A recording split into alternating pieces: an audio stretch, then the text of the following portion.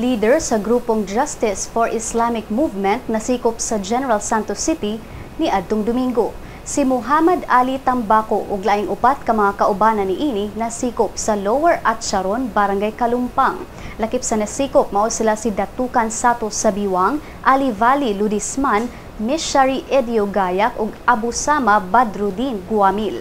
Ang lima aduna nay arrest warrant nga gi-issue ni Judge George Habido gikan sa Regional Trial Court Branch 12. Si Tambako nag-atubang og kasong murder ug double frustrated murder sa Cotabato City. Si Tambako sab ang nagmugna sa Justice for Islamic Movement nga dunay gibana-banang 70 ka mga miyembro ug giingong buoy nitago kang Malaysian terrorist Zulkifli Binhir alias Marwan ug sa padayon pang gipangita nga si Abdul Basit Usman.